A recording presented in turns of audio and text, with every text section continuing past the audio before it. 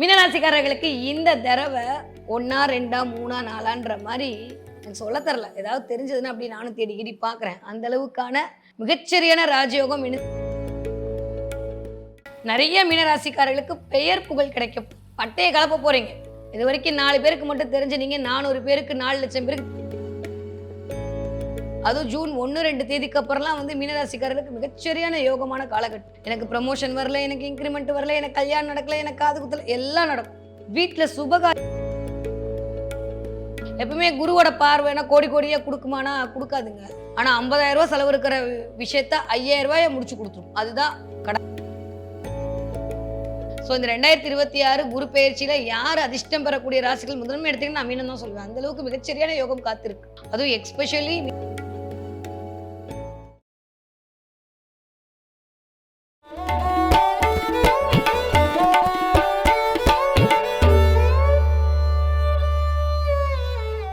உங்களுக்கு இருக்கிற எல்லா பிரச்சனைக்கும் ஒரே ஒரு தீர்வா ஒரு சொல்யூஷனுக்காக வேண்டிட்டே இருக்கீங்களா? வருகிற மே மாதம் 30ஆம் தேதி உங்களுடைய அனைத்து பிரச்சனைக்குமான நிவர்த்தியாக இதோ வந்து கொண்டே இருக்கிறது.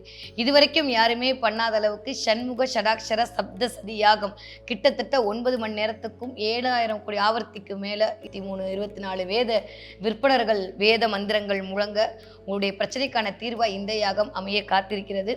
இதுல பஞ்சலோக முருகன் சிலையும் 33 வகையான தன ஆகர்ஷண எந்திர பொருட்களும் தர இருக்குது. யாரெல்லாம் அதில் கலந்துக்கிறேன்னு நினைக்கிறீங்களோ அவங்கெல்லாம் கீழே தெரிகிற நம்பருக்கு கால் பண்ணுங்க.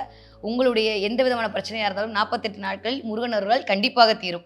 உலகெங்கும் உள்ள ஐவியன் பக்தி நேயர்களுக்கு வணக்கம். நான் உங்கள் வித்யா கார்த்திக். ஒவ்வொரு மாதம் எனக்கு யூனிக்காக ஸ்பெசிஃபிக்காக எக்ஸ்க்ளூசிவாக தமிழ் மாத ராசி பலன்கள் பார்த்துட்டே இருக்கோம்ல. அந்த வகையில் இப்போ பார்க்கக்கூடிய மாதம் என்னவென்றால் வைகாசி மாதம். அதுக்கு முன்னாடி மறக்காமல் சேனலை சப்ஸ்கிரைப் பண்ணுங்கள். பக்கத்தில் இருக்கக்கூடிய பெல் பட்டனை ஒரு கிளிக் பண்ணிக்கோங்க. அப்போ தான் நான் போடுற ஒவ்வொரு வீடியோவும் உங்களை வந்து சேரும். சரி வாங்க இப்போ வீடியோக்குள்ளே போகலாம். மற்றவர்களால் முடியாது என்று சொல்லக்கூடிய அத்தனை விஷயங்களும் செய்யக்கூடிய, மற்றவர்களுக்காகவே எல்லாவற்றையும் தியாகம் செய்யக்கூடிய மீனராசினியர்கள். மீனராசினியர்களுக்கு இந்த ஒரு மாத காலம் எப்படிலாம் இருக்க போகுது, கிரகங்கள் என்னவெல்லாம் பண்ண போகுது, எனக்கு வேற ஏழு நடக்குதா என்ன, எல்லாத்தோட ஜாலியாக இருக்கிறது மீனராசி தான் எனக்கு தெரிஞ்சு. சரி வாங்க பார்ப்போம். மீனராசிக்காரர்களுக்கு இந்த தடவை 1 2 3 4ன்ற மாதிரி எனக்கு சொல்ல தரல. ஏதாவது தெரிஞ்சதுன்னா அப்படி நானும் தேடிக்கிடி பார்க்குறேன். அந்த அளவுக்கான மிகச்சரியான ராஜயோகம் இனிதே மலர காத்திருக்கு. தொடர முயற்சி எல்லாம் வெற்றி. சகோதரத்துவம் மேலும். ஏற்கனவே நான் சொன்னேன், குரு வந்து கேந்திரம் மாரி மீனராசிக்காரர்களுக்கு 7.5 சனி ஆரம்பிக்கும் போது என் பிள்ளைய ஒன்றும் செய்யாதுன்னு சொல்லிட்டு காப்பாத்திட்டாரு.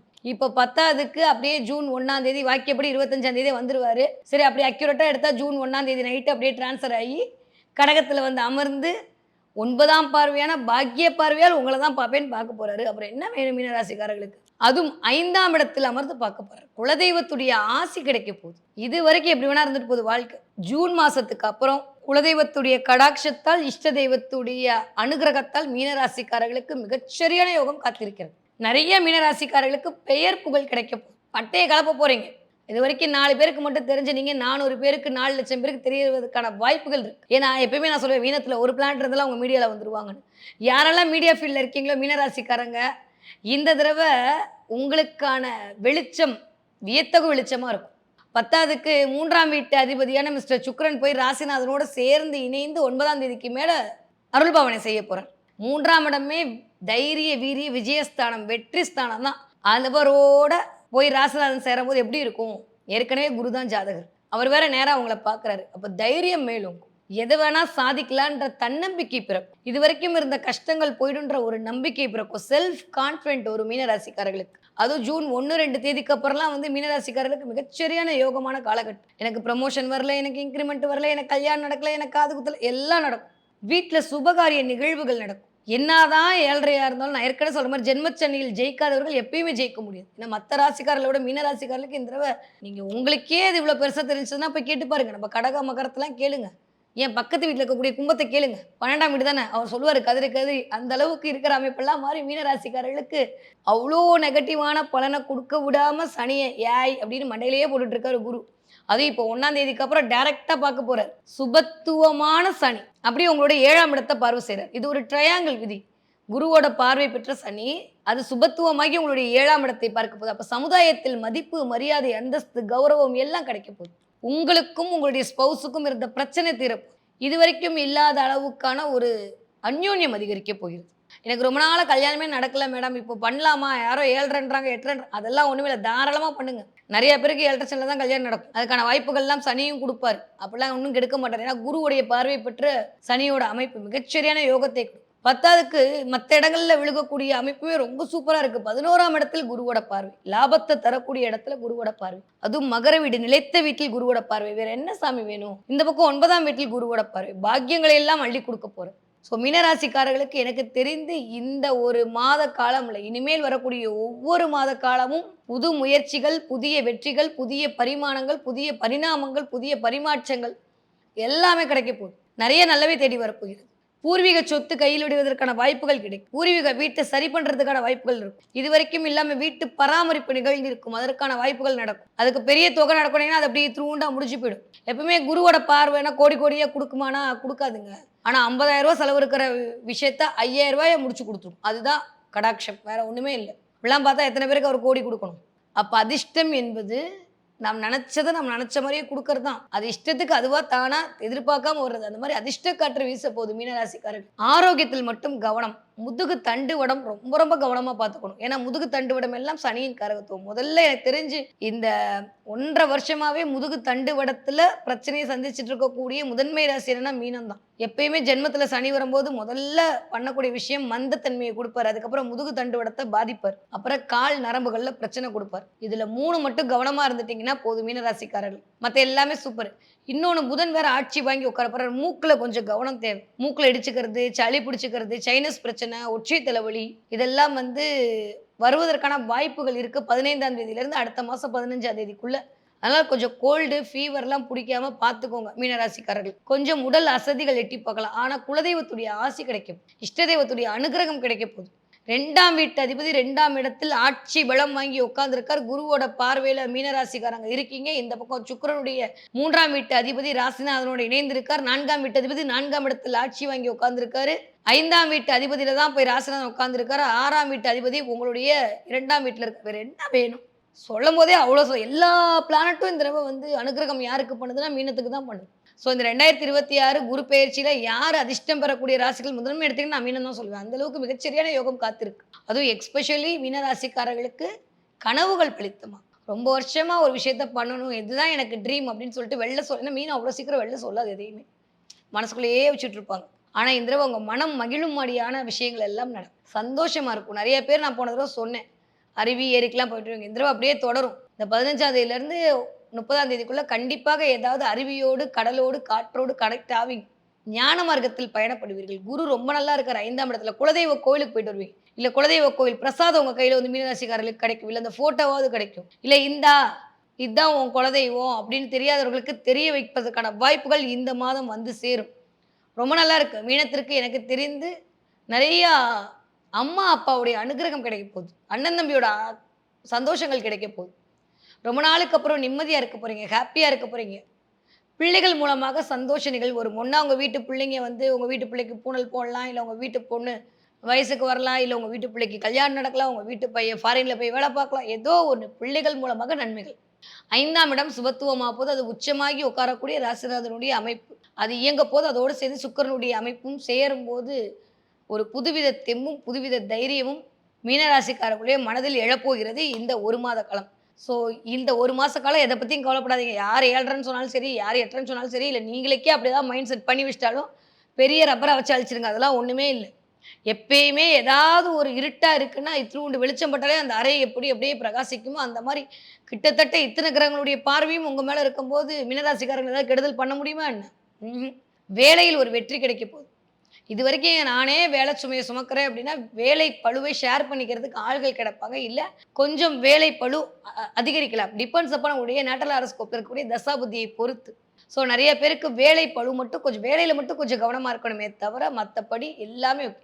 வேலை, உடல் ஆரோக்கியம் இது 2 மட்டும். அதே மாரி பொருளாதாரம்.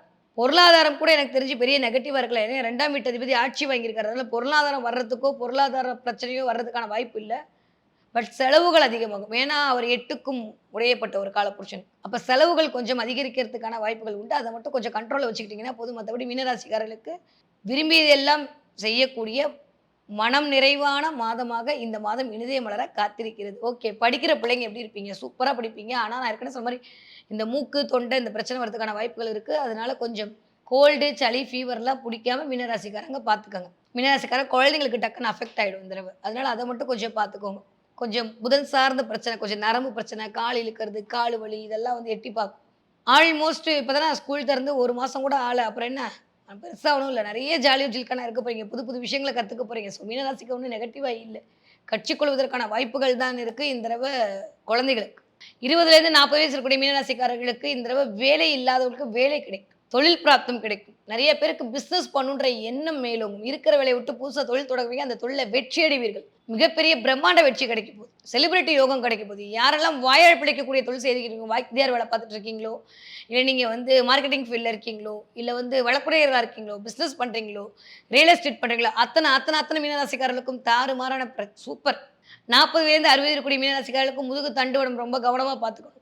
நெறைய பேருக்கு குலதெய்வ ஆசி கிடைக்கும். நான் இருக்கேன் உன் கூடன்றத ஏதோ ஒரு இடத்துல சமிக்கைகள அவர் காட்டிக்கிட்டே இருப்பாரு. ரொம்ப திருப்தியான ஒரு மாதமாக இருக்கும் இந்த மாதம். சாட்டிஸ்ஃபேக்ஷன் கிடைக்குங்க. ஏன்னா 3ஆம் வீட்டு அதிபதியும் ராசிநாதனும் இணையும்போது, அதுவும் 5ஆம் இடம் என்று சொல்லக்கூடிய சிந்தனை ஸ்தானத்தில் இணையும்போது, அது காலபுருஷன் 4ஆம் வீடான எண்ணத்தில் நிறையும்போது, ஆல்மோஸ்ட் அப்பாடி! அப்படின்ற ஒரு சாட்டிஸ்ஃபேக்ஷன் கிடைக்கும். 7:30 சனியில வரவே வராத விஷயம் இதுதான். அது உங்களுக்கு கிடைக்கும்னா வேற என்ன வேணும்? திருப்தி வாழ்க்கையில எல்லாமே சூப்பர். நெறைய நல்லவையெல்லாம் உங்களை தேடி வருவதற்கான வாய்ப்புகள் காத்திருக்கிறது. ஆரோக்கியத்துல மட்டும் கவனம் தேவை. நெறைய பேருக்கு சேமிக்கணுன்ற எண்ணம் அதிகரிக்கும். ஜூலை மாசத்துக்கு அப்புறம் அதுக்கு நெறைய பாசிபிள் இருக்கு. இந்த மாசத்துலேருந்து ஏதாவது ஆர்டி போடணுன்ற மாரி போட்டு வைப்பீங்க. அது மிகச்சிறிய யோகத்த குடுக்கும். நெறைய கத்துக்கணும்னு தோணும் இந்த தடவ. ஏன்னா, புதன் ஆட்சி வாங்கி உட்காந்துருக்காரா, நெறைய கத்துக்கணும்னு தோணும். 4ஆம் வீட்டு அதிபதி 4ஆம் இடத்தில் ஆட்சி பலம். 4ஆம் இடம் தான் சுயம். உங்கள நிரூபிக்கிறதுக்கு சில விஷயத்த பண்ணுவீங்க. மீனராசிக்காரர்கள் சில புதுசா கோர்ஸ்ல ஜாயின் பண்ணுவீங்க. பண்ணீங்கன்னா சொல்லுங்க இந்த வயது ஒத்தவர்கள். 60 தாண்டிய மீனராசிக்காரர்களுக்கு அல்லல்களில் இருந்து விடுதலை. கௌரவம் கிடைக்கும்.